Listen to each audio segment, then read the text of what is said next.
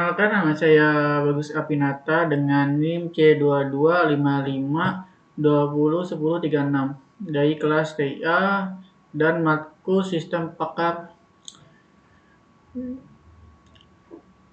Soal nomor 1, jelaskan perbedaan antara sistem pakar dengan sistem informasi biasa. Pertama, sistem pakar dirancang untuk meniru proses pengambilan keputusan seorang pakar dalam bidang tertentu. Sistem ini membantu menyelesaikan masalah kompleks yang biasanya memerlukan pengetahuan khusus dan memberikan rekomendasi atau keputusan. Sedangkan sistem informasi digunakan untuk mengelola, mengumpulkan, dan menyajikan informasi. Fungsinya lebih ke arah menyediakan data dan melaporkan untuk mendukung keputusan, bukan untuk mengambil keputusan itu sendiri. 2. Sistem pakar memiliki basis pengetahuan yang berisi aturan, fakta, dan heuristik yang dimasukkan oleh pakar bidang terkait. Pengetahuan ini digunakan untuk menganalisis dan menarik kesimpulan. Sistem informasi umumnya hanya memiliki basis data yang menyimpan data secara terstruktur tanpa adanya aturan atau logika khusus untuk mengambil keputusan. 3. Sistem pakar menggunakan metode reasoning atau penalaran untuk memecahkan masalah. Sistem ini mampu melakukan inferensi atau penyimpulan dari data yang ada, seringkali menggunakan metode seperti rules-based reasoning atau case-based reasoning. Sistem informasi tidak memiliki kemampuan penalaran atau pemecahan masalah, hanya memberikan data atau informasi yang dibutuhkan tanpa melakukan analisis mendalam. 4. Sistem pakar umumnya dikembangkan untuk aplikasi yang sangat spesifik seperti diagnosis, diagnosis medis, analisis kerusakan mesin, atau penilaian kredit. Sistem informasi digunakan secara luas untuk berbagai kebutuhan bisnis dan administrasi umum seperti sistem pengajian, manajemen inventaris, dan sistem akuntansi. 5. Sistem pakar dapat dialog atau bertanya kepada pengguna untuk mengumpulkan informasi yang diperlukan dalam mengambil keputusan, mirip dengan konsultasi dengan seorang pakar. Sedangkan untuk sistem informasi hanya menyajikan informasi yang sudah ada tanpa interaksi ataupun masukan dari pengguna yang bersifat dialogis. Nomor 2, sebutkan dan jelaskan minimal 3 aplikasi sistem pakar dalam kehidupan sehari-hari. Di sini saya mengambil Halodoc, Traveloka, dan Google Map. 1. Halodoc. Aplikasi ini memungkinkan pengguna untuk melakukan konsultasi kesehatan secara online. Sistem pakar dalam aplikasi ini dapat menganalisis gejala yang diinput oleh pengguna dan memberikan rekomendasi mengenai jenis penyakit serta langkah-langkah awal yang perlu diambil. Ini sangat membantu masyarakat yang tinggal di daerah terpencil ataupun yang sulit menjangkau layanan kesehatan langsung. 2. Traveloka. Aplikasi ini menggunakan sistem pakar untuk memberikan rekomendasi destinasi wisata, akomodasi, dan paket liburan yang sesuai dengan preferensi pengguna dengan mempertimbangkan faktor seperti budget, waktu, dan lokasi. Sistem ini mempermudah masyarakat dalam merencanakan liburan dengan efisien dan hemat. 3. Google Map. Sistem pakar di aplikasi navigasi ini memberikan rute terbaik berdasarkan data lalu lintas, jarak, dan kondisi jalan. Aplikasi ini juga memberikan saran alternatif jika terjadi kemacetan, yang sangat membantu masyarakat Indonesia, terutama di kota besar yang sering macet. Nomor 3, apa peran knowledge base dalam sistem pakar dan bagaimana perbedaannya dengan inference engine? Peran knowledge base dan inference engine dalam sistem pakar. Knowledge base adalah kumpulan pengetahuan, aturan, dan informasi faktual yang dimiliki oleh seorang pakar dalam suatu bidang tertentu. Komponen ini berisi data dan aturan yang digunakan untuk menyelesaikan masalah dan membuat keputusan. Basis pengetahuan ini bisa berupa aturan berbasis jika, maka, atau if then rules, fakta, konsep, prosedur, atau pengalaman relevan dengan domain tertentu, serta berperan menyediakan sumber informasi atau pengetahuan yang diperlukan untuk mengambil keputusan. Tanpa knowledge base, sistem pakar tidak memiliki pengetahuan untuk menganalisis masalah dan memberikan solusi. Inference engines adalah komponen dalam sistem pakar yang bertugas memproses pengetahuan di knowledge base dan melakukan penalaran atau pengambilan kesimpulan.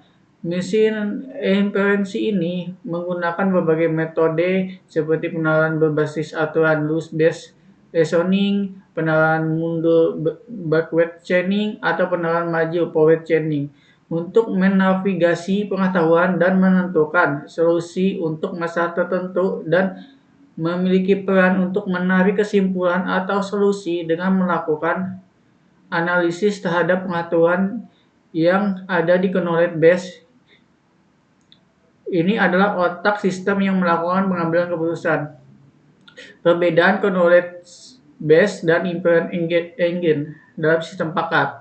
Pertama, dari fungsinya, knowledge base adalah tempat penyimpanan pengetahuan, sedangkan inference engine adalah mekanisme yang memanfaatkan pengetahuan tersebut untuk mengambil keputusan. 2. Dari karakteristik.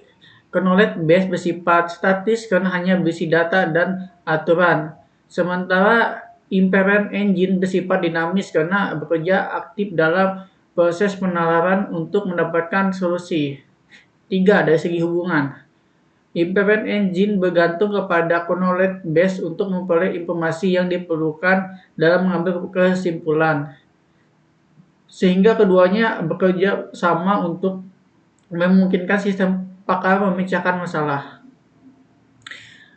4. Jelaskan bagaimana sistem pakar dapat digunakan dalam bidang pertanian untuk membantu petani dalam mengambil keputusan terkait pemilihan tanaman atau pengendalian hama. Di sini saya mengambil pengendalian hama. Sistem pakar dapat membantu petani mengidentifikasi hama atau penyakit berdasarkan gejala yang diamati dengan memasukkan data gejala seperti kerusakan daun, warna tanaman, atau pola serangan.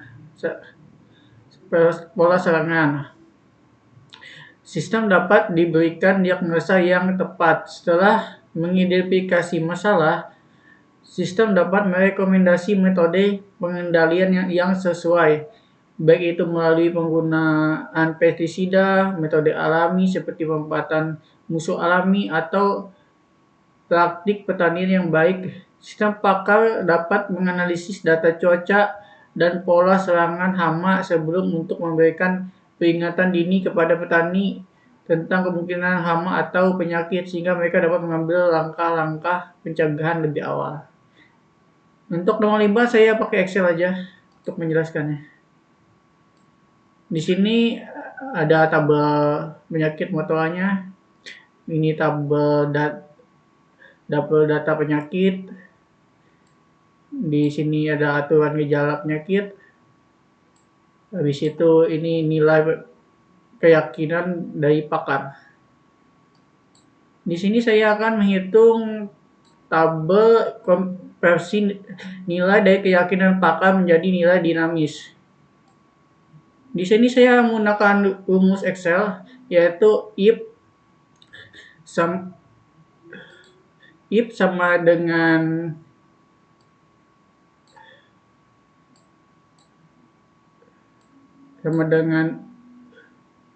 U5.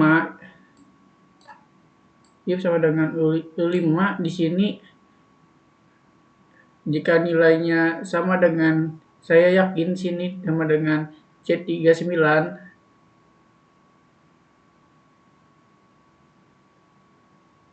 maksud saya dengan B39 maka nilainya itu ini C39 itu 1 dan seterusnya jika if U5-nya sama dengan cukup yakin maka nilainya 0,8 dan seterusnya. Dan untuk hasilnya yaitu 0,6 dan hasilnya seperti ini 0,6 sesuai dengan yang ada sesuai dengan tabel terminal pakar dan keyakinan. Dan di sini kita memiliki kasus diketahui gejala yang dialami petani matoa adalah seperti tabel di bawah ini. Penyakit apa yang menjadi masalah petani tersebut dan berapa persen kemungkinan terkena penyakit tersebut. Di sini kita memiliki 3 kode gejala. Yang pertama G17, G15, dan G16. Dan dengan nilai terminasi yaitu kurang yakin, yakin, yakin. Dan nilai CF-nya itu 0,4, 0,6, 0,7. Di sini kita menghitung nilai CF penyakit kutu daun diperoleh dengan cara CFA sama dengan CF1 ditambah dalam kurung CF2 dikali dalam kurung 1 dikurang CF1. Di sini nilainya itu 0,4 ditambah dalam kurung 0,6 dikali dalam kurung 1 dikurang 0,4 didapat hasil yaitu 0,76. Dan untuk CFB-nya itu rumusnya itu CF3 ditambah dalam kurung CFA dikali dalam kurung 1 dikurang CF3. Maka nilainya itulah 0,6 ditambah dalam kurung 0,76 dikali dalam kurung 1 dikurang 0,6 didapat ya hasilnya itu 0,904 sehingga CF penyakit kutu daun adalah 0,904. Jika dibulatkan jadi persen yaitu mendapat nilai 90,4%. Di sini saya di Word-nya saya hanya menampilkan ini saja. Tabel konversi nilai dari keyakinan pakar menjadi nilai deksimal dan kasusnya. Sekian, terima kasih.